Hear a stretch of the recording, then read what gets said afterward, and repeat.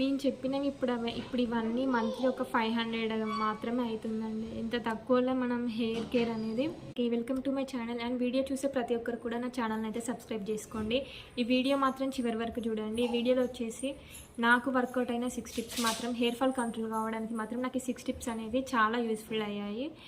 ఎందుకంటే నాకు hair fall అనేది ముందు నుంచి చాలా హెవీగా ఉంటుండే.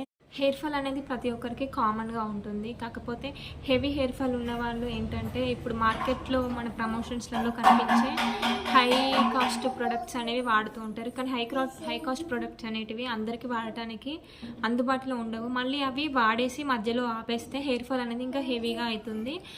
నేను ఫాలో అయిన 6 మెథడ్స్ అయితే నాకు ఎంతో బాగా హెల్ప్ అయ్యాయి. ఇది అసలు ఎంత ఖర్చు కూడా దీనికి ఉండదు. నాకు ఒక 50% హెయిర్ ఫాల్ అయితే తగ్గింది.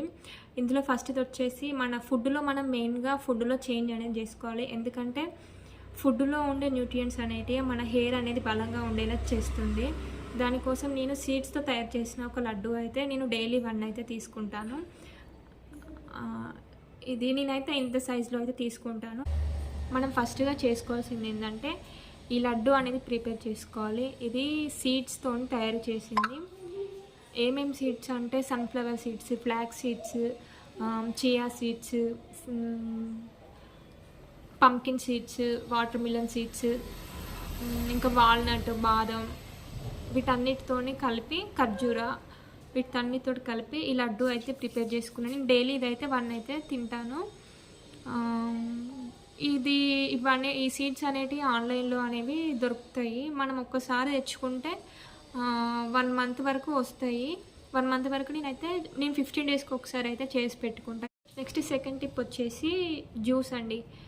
ఇది బీట్రూట్ను, ఆమ్లా, క్యారెట్ ఈ 3 కలుపుకొని జ్యూస్ అనేది చేసుకోవాలి. మనం రోజు తాగకపోయినా ఒకరోజు తప్పించి ఒకరోజైనా తాగడం వల్ల హెయిర్ ఫాల్ అనేది కొంచెం తగ్గుతుంది. నాకైతే అదైతే వర్కౌట్ అయ్యింది. ఈ జ్యూస్ అనేది రోజు ప్రిపేర్ చేసుకోవడం కష్టం అనిపిస్తే నేను మాత్రం ఒక 3 డేస్కి మాత్రం ఒకటేసారి వాటన్నిటిని పేస్ట్ చేసి పెట్టుకుంటాను. తర్వాత రోజు జ్యూస్ తాగే ముందు దాన్ని వాటర్లో కలిపి వడపోసి అనేది తాగుతాను. ఇలా ఏంటంటే రోజు మిక్సీ పట్టకుండా మనకు కొంచెం పని అనేది తక్కువగా ఉంటుంది. నెక్స్ట్ థర్డ్ టిప్ వచ్చేసి వాటర్ అనేది బాగా తాగాలి. ఎందుకంటే హెయిర్కి హైడ్రేట్గా ఉండడానికి వాటర్ అనేది మన బాడీలో వాటర్ అనేది ఎక్కువ పర్సెంటేజ్ ఉండాలి. నెక్స్ట్ ఫోర్త్ టిప్ వచ్చేసి హెడ్ బాత్ అనేది మనం వారానికి ఒక 2 సార్లు చేస్తే సరిపోతుందండి.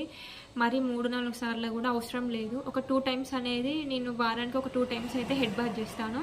హెడ్ బాత్ చేసే ముందు అయితే నేను ఆయిల్ పెట్టుకుంటాను. కొందరు ఏంటంటే ఆయిల్ పెట్టుకొని ఒక 2-3 డేస్ ఉంచుకుంటారు. కానీ నాకు మాత్రం ఆయిల్ పెట్టుకొని 2-3 డేస్ ఉంచుకుంటే డాండ్రఫ్ అనేది వస్తుంది. కాబట్టి మీరు మీ హెయిర్ బట్టి ఆయిల్ 2-3 డేస్ అయినా ఉంచుకోవచ్చు, లేకపోతే 1 నైటే ఉంచుకొనైనా హెడ్ బాత్ అనేది చేయవచ్చు.